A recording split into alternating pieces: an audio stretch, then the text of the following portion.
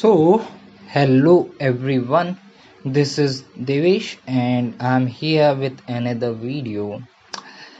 And this is a different type of video. First time I'm showing my face, Chomusa face. And once, almost 6 or 7 months ago, I asked a question that what is the impact of movies on society or individual level. So let's find the answer of it in this video. Okay, तो start करते हैं. This is September 6th and time is 5:53 a.m. and let us start. Okay, so this is ChatGPT and I asked it a question: what is impact of movies?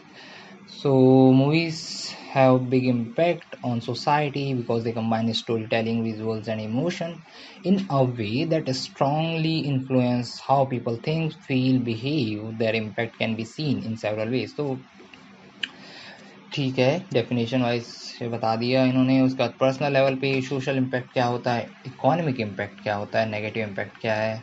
चलो पहले negative impact पे देखते हैं. सबसे पहला होता है अनरियलिस्टिक एक्सपेक्टेशन कि हीरो, हिंदी सिनेमा में तो हीरो हमेशा ही मतलब कभी नहीं मरता. वो तो अजर अमर अविनाशी है.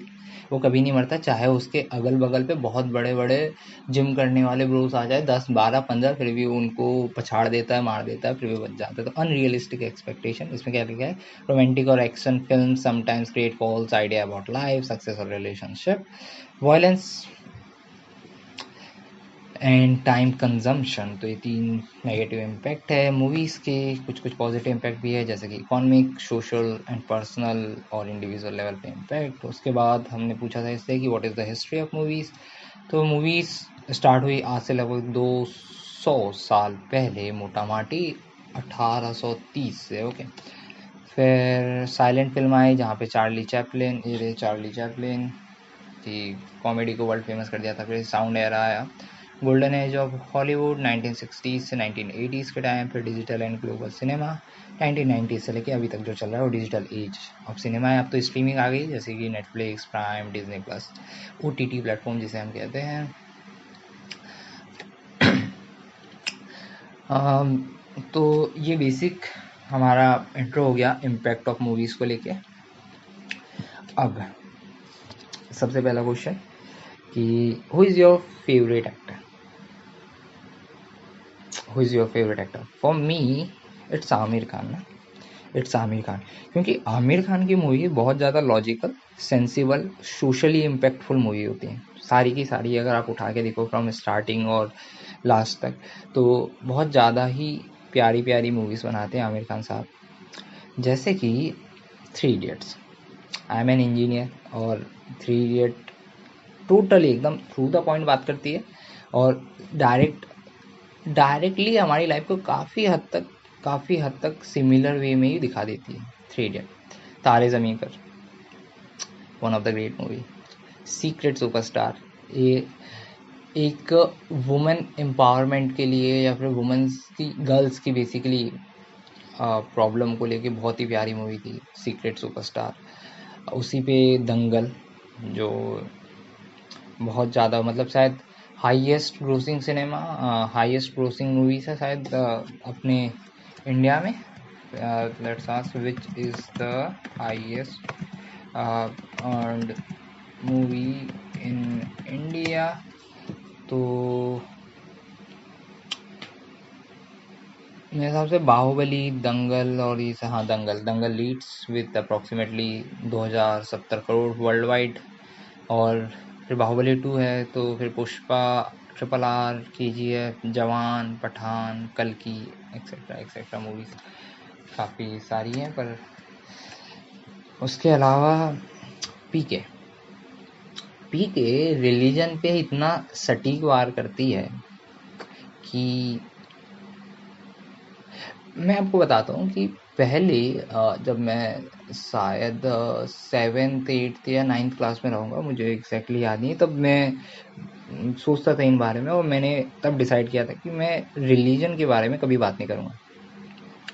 इसलिए नहीं, क्योंकि रिलीजन एक ऐसा मुद्दा है जहाँ पे लोग बिल्कुल ही टॉलरेंट नहीं है। अगर आपने किसी के भी रिलीजन को, चाहे वो हिंदू हो, चाहे वो मुस्लिम, चाहे वो क्रिश्चियन हो, चाहे वो सिख हो, चाहे वो कोई भी हो, चाहे वो जैन हो या फिर बुद्धिस्ट हो, चाहे कोई भी हो, जूइस हो, कोई भी हो, अगर आपने कुछ भी ऐसा बोला और वो पर मतलब 100% वाइस वो इस चीज़ पे सह नहीं पाएंगे और शायद आपको मारने के लिए आपके पीछे दौड़ जाए। तो मुझे पहले डर लगता था कि इसके बारे में मैं बात कभी ना करूँगा, पर अब थोड़ा कम डर लगता है। अब डर नहीं लगता ज़्यादा, तो अब तो मैं ओपनली बात करता हूँ। फिलहाल मैं अगर बात करूँ तो I am mostly atheist now. मैं बहुत ज़्यादा मैं मतलब काफ़ी हद तक नास्तिक हूँ, और मैं भगवान पे बिल्कुल नहीं मानता, मैं रिलीजन पे बिल्कुल नहीं मानता, मैं कास्ट पे बिल्कुल नहीं मानता। क्यों नहीं मानता? क्यों नहीं मानता, इसका आंसर तो अभी भी शायद मैं क्लियरली ना दे पाऊँ, लेकिन पीके मूवी की बात करते हैं, ठीक है? तो पीके मूवी पे ना, आपने ऐसा देखा, पीके मूवी का कॉन्सेप्ट क्या है कि एलियन आता है बाहर से, जिसको अभी इस अर्थ के बारे में कुछ भी नहीं पता है, कुछ भी नहीं पता है, और वो स्टार्टिंग से सीखना स्टार्ट करता है, एज ए चाइल्ड वो सीखना स्टार्ट करता है। तो फिर वो पहले वाले कुछ सीन आते हैं ना कि वो किसी को सफ़ेद साड़ी पहने देखा होता है, और वो हिंदू होती है, तो फिर वो हिंदू होती है ना, और तो वो उसका मतलब बेसिकली विधवा, ठीक है? तो फिर वो देखता है कि अच्छा ठीक है, सफ़ेद साड़ी पहने मतलब विधवा। तो फिर क्रिश्चियन के यहाँ जाता है, वो देखता है कि सफ़ेद इन्होंने पहना, जबकि वो शादी में होता है, तो वो कंफ्यूज। उसके बाद वो देखता है, फिर क्रिश्चियन से पूछता है, तो क्रिश्चियन बोलती है कि ब्लैक पहनते मरने पे। तो फिर वो मुस्लिम्स के पास जाता है। वो कहता है कि आप तीनों के हस्बैंड मर गए। वेरी वेरी फनी ना। फिर तो वो सीखने का प्रयास करा, फिर बाद में ना वो जैसे बात करता है जग्गू, और फिर वो उसका जो एडिटर होता है, वो एडिटर बताता है उसको कि मैंने बहुत बहुत टाइम पहले जो बाबा थे उनके ऊपर कमेंट किया था, उनके भक्तों ने त्रिशूल घुसा दिया। कहाँ पे आपको पता है कहाँ घुसाया था? तो डायरेक्ट, फिर थ्री इडियट वो पीके में क्या हुआ कि डायरेक्ट सीधे उस बाबा को गलत ना बोल के उसने कॉन्सेप्ट लेके आया क्या, कि रॉन्ग नंबर का कॉन्सेप्ट क्या है कि आप यहाँ पे हो और आपका गॉड यहाँ पे, आप कनेक्ट करने का प्रयास कर रहे हो उससे। तो ये कह रहे हैं कि ये एक पर्सन है, ये एक पर्सन है, तो कह रहे हैं कि ये असली पर्सन है, लेकिन आपका कॉल क्या इसको चला गया, रॉन्ग नंबर लग गया।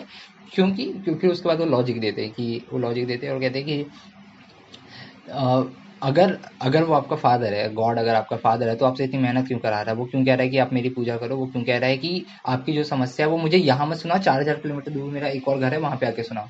तो बहुत सारे बहुत ही अच्छे अच्छे क्वेश्चन करते हैं उसमें। और फिर वो आखिरी में वाला सीन आता है ना कि जब वो बाबा कहता है उनसे कि तुम्हें क्या लगता है, तुम हमारे भगवान के बारे में कुछ भी बोलोगे, हम लोग चुपचाप सह लेंगे, हम लड़ेंगे उनके लिए, हम उनका मतलब बचाएंगे उनको। तो फिर वो थ्री इडियट मतलब पी के जवाब देता है कि तुम बचाओगे उनको, उसने जो पूरा संसार बनाया है, जिसके सोचने मात्र से कई सारी नई पृथ्वियाँ क्रिएट हो जाती है, कई सारे पृथ्वियाँ खत्म हो जाती है, तुम उससे बचाओगे। So it was really good ना, रियली गुड। आमिर खान है just love him. And they are what are the other movies of Aamir Khan? Taare Zameen पे हो गई, थ्री इडियट हो गई, और बहुत सारी मूवीज़, बहुत प्यारी प्यारी मूवी बनाते हैं आमिर खान साहब। उसके अलावा अगर मैं देखूँ, ये मेरे फेवरेट एक्टर, ओके। इसके बाद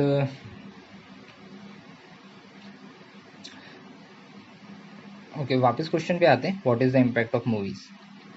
तो मूवीज़ क्या है, स्टार्टिंग में जैसे कि मूवीज़ एक ग्रेट वे है इंफॉर्मेशन शेयरिंग करने का, बहुत ही एंटरटेनिंग वे है, बहुत ही इंगेजिंग वे है।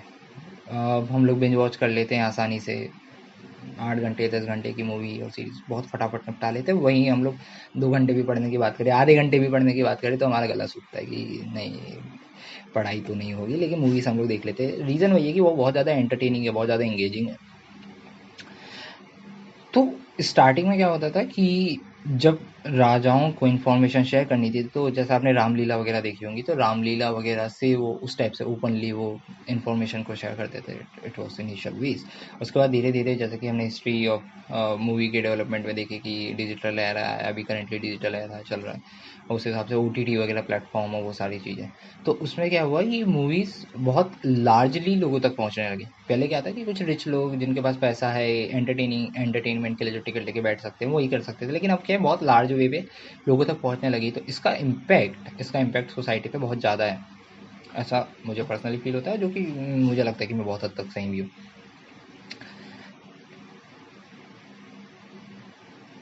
मैं आपको बताता हूँ, देखो, एक एक हो गया है कि मूवीज डिफरेंट टाइप की होती है। एक सोशली इम्पैक्टफुल मूवी होगी जो सोशल समाज पे इम्पैक्ट डालती है, सोशल इशूज़ पे इम्पैक्ट डालती है। जैसे कि एक आई थी काठियावाड़ी, और आलिया भट्ट की कोई मूवी थी, गुड मूवी, ओके। फिर स्वदेश एक मूवी थी जो NRI को डायरेक्ट इम्पैक्ट कर रही है, उनसे कह रही है कि ये जो देश है तेरा, स्वदेश है तेरा, ओके। और फिर PK की तो बात कर ली। कॉमेडी मूवीज़ में Akshay Kumar is the greatest one. His comedy is phenomenal. And fiction, I just love fiction. Okay, what is the genre of movies that you like? पर पहले मैं अपना बताऊंगा मेरे को कौन कौन से पसंद है। Fiction, I just love fiction ना। Historical movies top. Socially impactful movie मैं थोड़ी कम देखता हूँ, क्योंकि सोशल इम्पैक्टफुल मूवी देखने में थोड़ा सा दुख होता है। जैसे मैंने यहाँ पे ना ये रहा, ये पॉइंट यहाँ पे मैंने लिख रखा है कि 3 चीज़ों के बारे में मैं कभी ज़्यादा बात नहीं करूँगा। उसमें से पहला है सोशल इश्यूज, दूसरा है पॉलिटिक्स, और तीसरा रिलीजन। अभी हमने रिलीजन पे बात कर ली, अभी हम सोशल इश्यूज पे बात कर रहे हैं, और तीसरा पॉलिटिक्स, उस पर भी बात कर लेंगे अभी, शायद इसी वीडियो में या शायद अगले वीडियो पे। तो झूठा तो हूँ मैं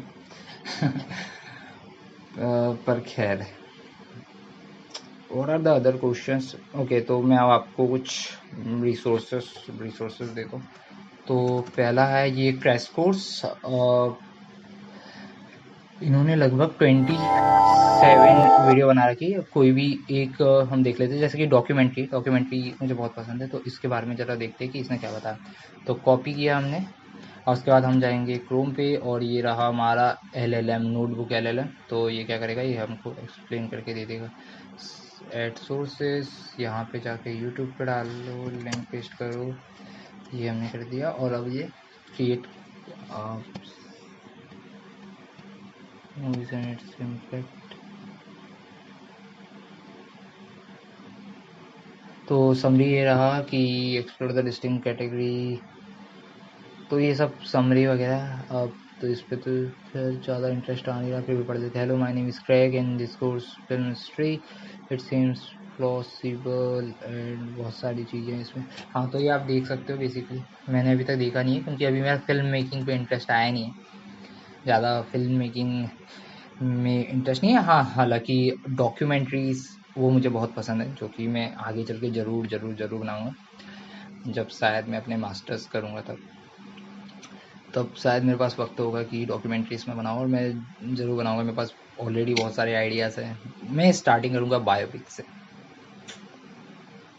और बनाऊँगा जब, तब मैं शायद ये चीज़ ज़्यादा एक्सप्लोर करूँ। अभी तो खैर क्वेश्चन वही है, what is the impact of movie. So it's highly impactful and entertaining way. अपने थॉट्स, अपना कल्चर, अपने विचार, थॉट्स और विचार तो सेम होंगे, कल्चर और बहुत सारी चीज़ें प्रमोट करने का। तो अब आखिरी क्वेश्चन, वैसे तो व्यूज़ आते नहीं चैनल पे, ज़्यादा लोग सब्सक्राइबर है नहीं, और जो हैं वो इतने बड़े वीडियो देख नहीं पाते, बट इट्स ओके।